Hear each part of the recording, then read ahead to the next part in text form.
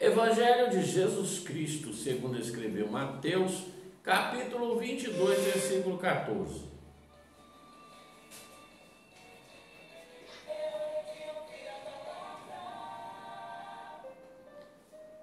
Ouçamos a palavra do Senhor. Porque muitos são chamados, mas poucos escolhidos.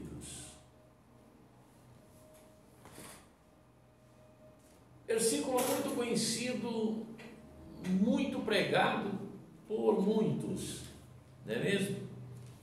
Se você perguntar a todo conhecedor de Bíblia, já um dia falou sobre muitos os chamados, poucos escolhidos. E a palavra deixa-nos preocupados porque é clara a colocação de Jesus quando o escritor a Mateus, né, o Evangelho de Mateus, diz que Jesus falando, ele diz que muitos são chamados, mas poucos escolhidos. Vamos verificar ou imaginar ou acompanhar aí o desenrolar de todas as coisas para a gente poder entender por que Jesus falou isso. Olha, questionar a Jesus, quem poderia se salvar? Jesus falou, olha, isso ao homem é impossível, mas a Deus tudo é possível, né? E ele estava falando que era mais fácil passar um camelo no fundo de uma agulha do que um rico se salvar.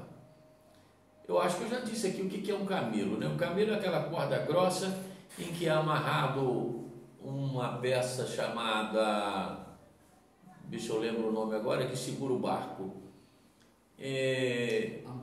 Âncora, né? E ela é como uma agulha e ela tem um buraco e nela passa o camelo e amarrado nela que joga na água para firmar o barco. Jesus estava dizendo que era mais fácil passar aquela corda no fundo de uma agulha, porque a âncora não é uma agulha, do que um rico se salvar. Jesus estava falando de forma o quê? Figurada. Ele estava falando que Jesus falava assim, né? Por parábolas, de formas, de várias maneiras em que pudesse entender. Pedro, num questionamento com Jesus, ele falou assim, Senhor, nós deixamos tudo para te seguir, o que vamos ganhar com isso? Estou aqui parafraseando até, né? Mas foi esse mesmo, mais ou menos nesse sentido que Pedro falou. Jesus falou, olha, eu vou te dizer, porque ele disse, nós deixamos esposa, deixamos filhos, deixamos isso, deixamos aquilo, deixamos casas, deixamos... E Pedro foi colocando o que tinha deixado. Jesus falou, olha, nesta vida você vai ganhar 100 vezes mais. 100 vezes mais terra, mais casa, mais amigos, mais família, mais isso, mais aquilo. Jesus foi colocando. E na vida eterna, e na outra vida, né? A vida eterna. Então, Jesus vai fazer essa colocação. Poucos são chamados, ou muitos são chamados, mas poucos escolhidos. Por que isso? Porque você percebe que o grupo era 12 e ficou 11. Porque um traiu Jesus. E Jesus, amando a todos, né? Porque ele não queria que nenhum se perdesse, ele cuida deles e deixa sob a responsabilidade deles o início da obra do Senhor na terra, da igreja de Cristo.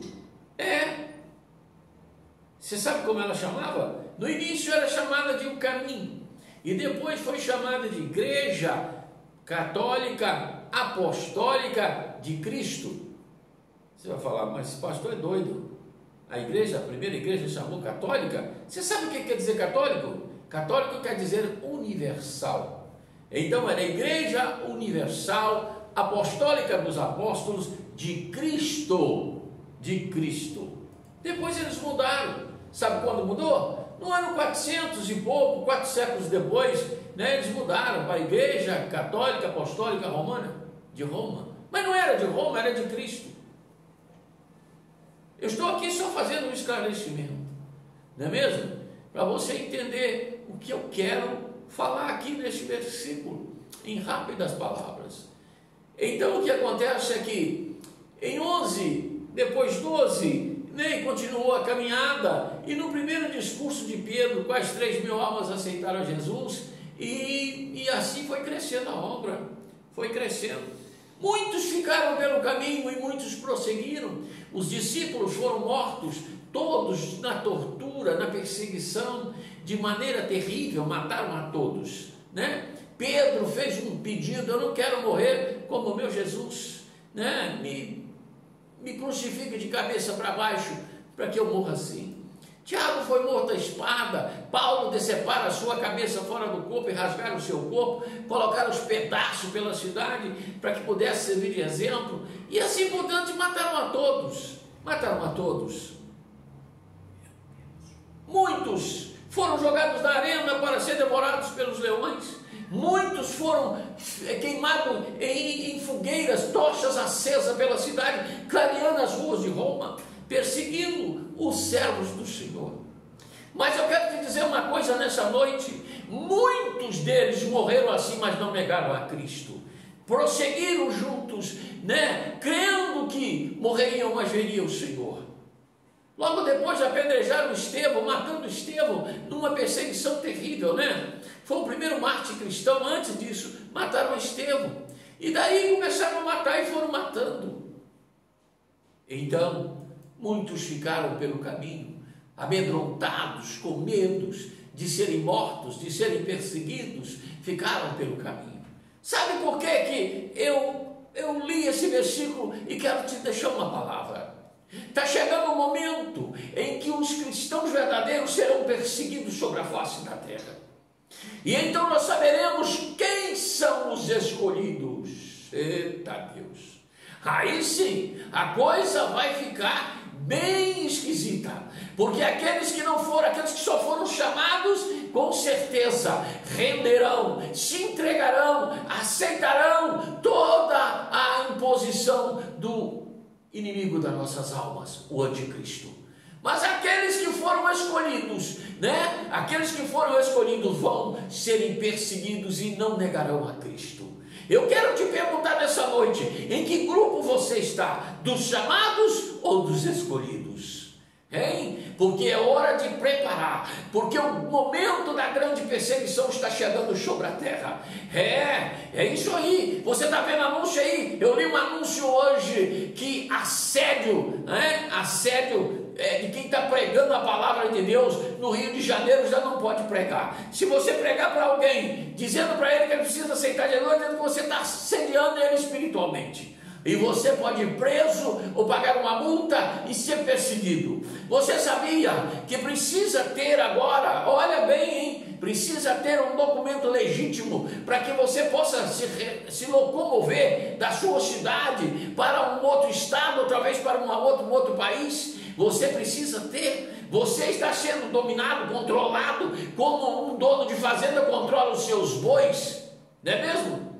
Nós estamos começando a ver a perseguição. Estão querendo a todo custo fechar as igrejas, punir aqueles que pregam o Evangelho de Cristo. E eu te pergunto, de que lado você está? Dos chamados ou dos escolhidos? Porque há muitos chamados por aí, sabia? Há muitos chamados por aí, pregando um evangelho light, pregando um evangelho, né, de acordo com a vontade do homem, passando a mão na cabeça, massageando o ego de cada um, pregando do jeito que você quer ouvir e não aquilo que você precisa ouvir.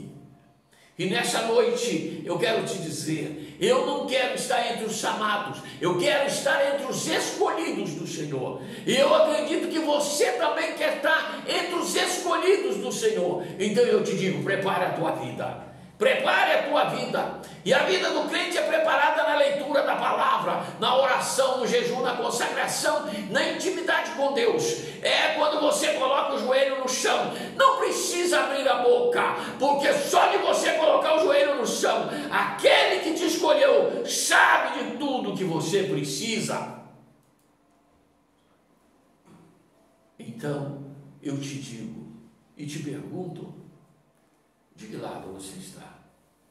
Dos chamados ou dos escolhidos? Os chamados vão ficar aqui, não vão resistir à perseguição, vão ficar aqui.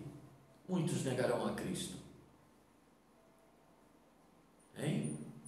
Se eu te lembrar de algo que o pastor Paulo Júnior pregou, né? E ele disse naquele dia, meus cabelos arrepiou, eu chorei como um menino. Quando ele falou, quando pegar o teu filho de 5, 6, 7, 8, 10 anos, meter uma metranca na cabeça dele e dizer, nega Jesus ou mate seu filho. E você vai dizer, não nego não. E o filho que conhece a palavra vai dizer, não nega não, pai, porque assim que meus miolos forem estourados, eu estarei com Jesus. Mas é seu filho. Fiquei imaginando meus netos. Eu chorei. Como é que você tem criado os seus filhos? No Evangelho? Eles têm conhecimento da palavra? Porque aquele que não tiver, quando a arma estiver na cabeça dele, vai gritar, nega pai, nega Jesus, nega Jesus. Hein? Pense nisso. Eduque seus filhos na palavra. Fortaleça eles, para que eles e você juntos possam ter força para vencer o ataque do inimigo. Amém? Que Deus continue abençoando a sua palavra, a sua vida, que essa palavra encontre cantinho no teu coração.